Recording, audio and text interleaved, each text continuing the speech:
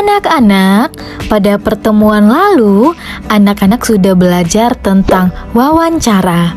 Nah, anak-anak, tahukah anak-anak bahwa narasumber bertugas memberikan informasi yang dibutuhkan pewawancara dengan menjawab pertanyaan?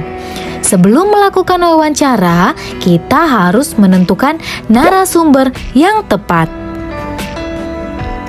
Lalu, bagaimana cara memilih narasumber yang tepat?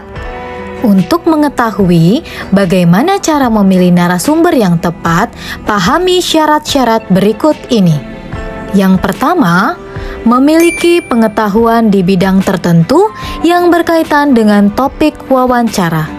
Contohnya, jika anak-anak ingin mengambil topik cara membuat tempe, maka yang anak-anak harus wawancarai adalah produsen tempe.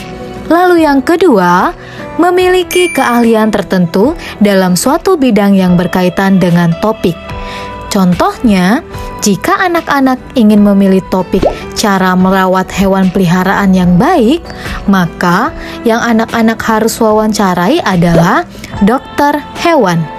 Yang ketiga, mengalami atau terlibat dalam peristiwa yang berkaitan dengan topik. Contohnya, jika anak-anak ingin mengambil topik peristiwa tentang perampokan di sebuah toko emas, maka yang anak-anak harus wawancarai adalah seorang polisi yang menyelidiki perampokan di toko emas tersebut atau pemilik toko emas. Nah, anak-anak, setelah melakukan wawancara, anak-anak pastinya memiliki hasil wawancara. Lalu, bagaimana cara mengubah hasil wawancara tersebut menjadi narasi agar anak-anak dapat menyampaikan hasil wawancara dengan baik kepada orang lain? Nah, mari simak caranya berikut ini. Cara pertama yang anak-anak harus ketahui adalah mengubah kalimat langsung dalam wawancara menjadi kalimat tak langsung.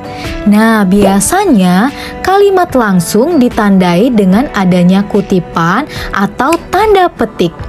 Langkah kedua yang anak-anak harus ketahui adalah menyimak berbagai jawaban yang disampaikan narasumber dengan baik.